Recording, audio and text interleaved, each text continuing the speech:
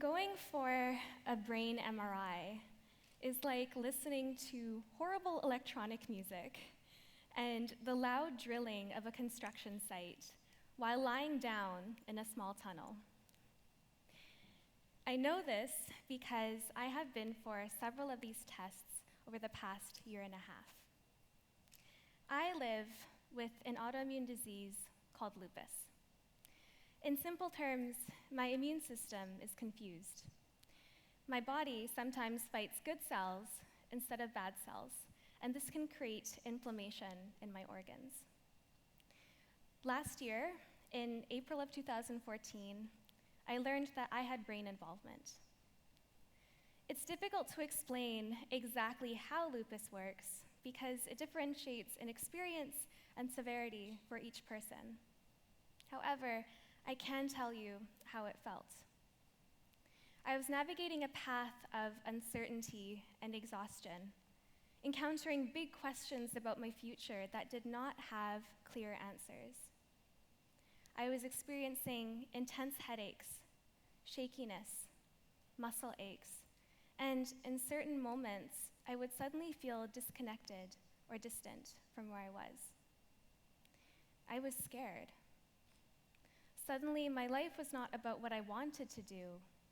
It was about what I could manage to do. Following a surprisingly amazing summer of new friendships, hearty laughter, and spontaneous salsa dancing, the reality of my situation sank in at the end of August when I received the results from my medical tests.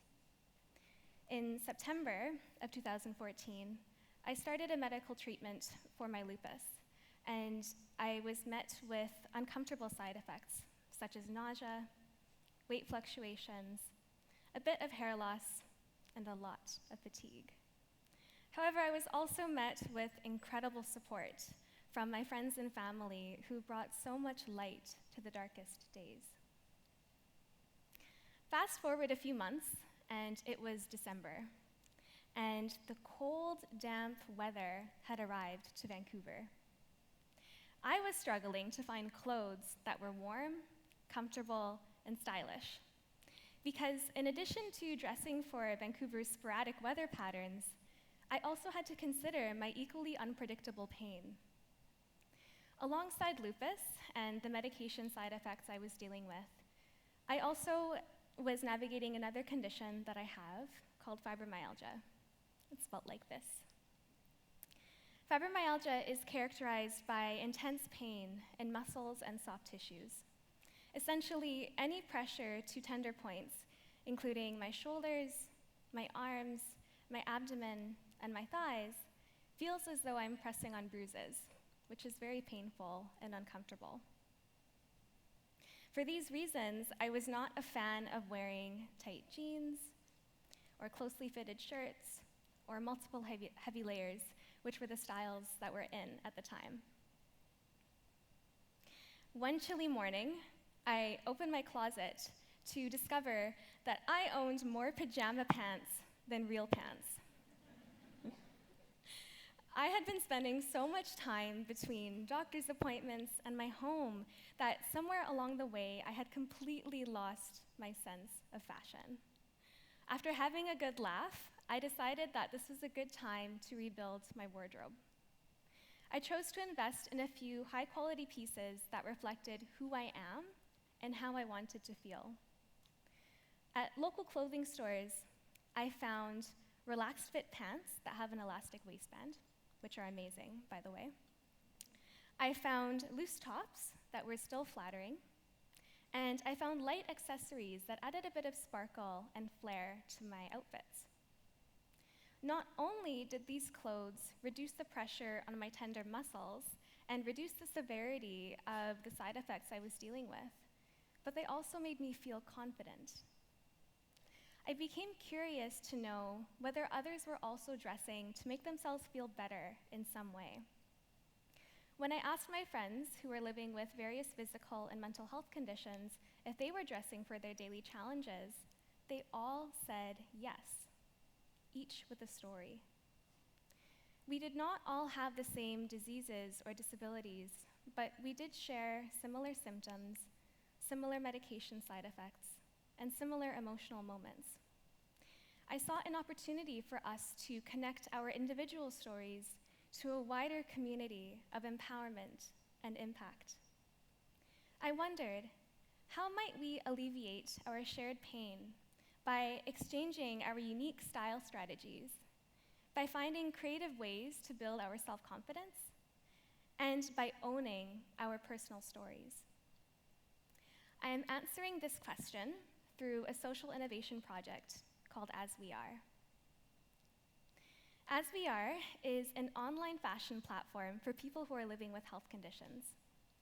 It combines peer mentorship and storytelling to support individuals who are experiencing symptoms and medication side effects of diseases, disabilities, chronic pain, and other sources of discomfort.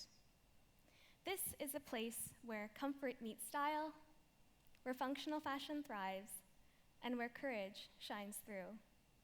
This is also a platform to move together from problems to possibilities. So over the past several months, I have had the honor and great responsibility of sharing the personal stories and styles of some amazing people in our own community. And here are a few of them. This is Jenna. And Jenna was born with spina bifida and hydrocephalus. Combined together, these two conditions have had a significant impact on the nerves all the way down to the tips of her toes. Jenna shared that oftentimes clothing is not designed for someone who is using a wheelchair. So she directed us towards her favorite adapted clothing brands that she relies on. And she also shared the ways that certain geometric patterns can be both functional and flattering for her daily movement. And this is Brent. And in his early 20s, Brent endured a series of mental health challenges. Today, he is a busy entrepreneur, and the way that he connects his style to his mental wellness is really cool. Brent describes his style as laid back, and he likes to wear clothes that remind him of his two favorite places, the beach and the mountains.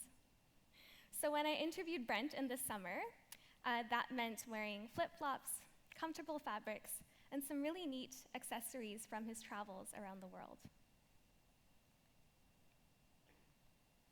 And this is Claire. A few years ago, Claire was diagnosed with a rare benign brain tumor, and she actually had to go for a surgery to have the tumor removed. Ever since then, she has had challenges with her balance. Claire shared with me that one of the best ways for her to maintain her stability on a daily basis is by wearing flat shoes. She also happens to have wonderful taste in shoes. And she also shared that she likes to wear jewelry pieces from her friends and family to remind her of the support system that is by her side. It has been absolutely delightful to work on As We Are for the past several months, and there have been a few ideas that have emerged along the way.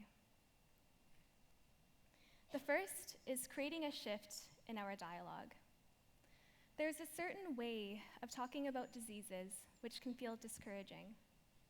Over the years, I have heard, "Stay strong, keep fighting, you're going to win this battle."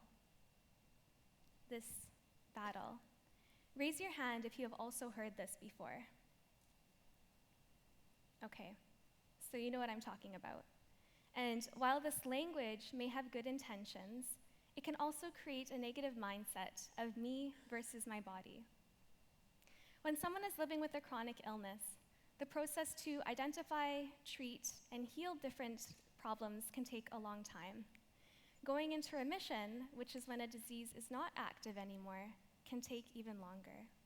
And based on my experiences and my friends' experiences, it's common to have hiccups during recovery. It's common to have to go for ongoing tests and surgeries. And sometimes that stage of remission is shorter than we would like it to be. When I was experiencing the peak of my symptoms last year, it was easier for me to be angry at my body for letting me down.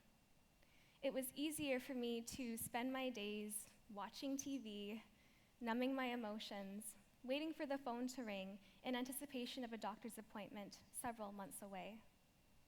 it was easier for me to say to people that I was fine.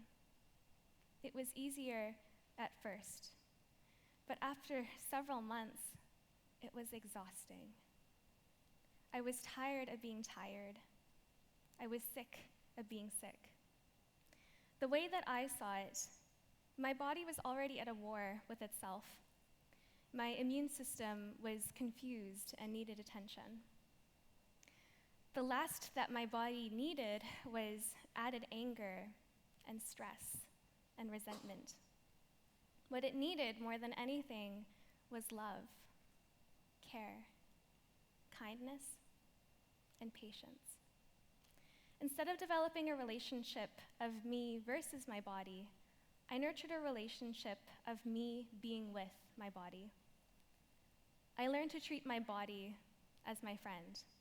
I mean, I wouldn't be upset with my friend if they were needing to rest or if they felt tired. So why would I place that frustration on myself? I learned to be kinder to myself. And with this, I discovered that, yes, my body was certainly different than it used to be, but my body is my one and only place to live.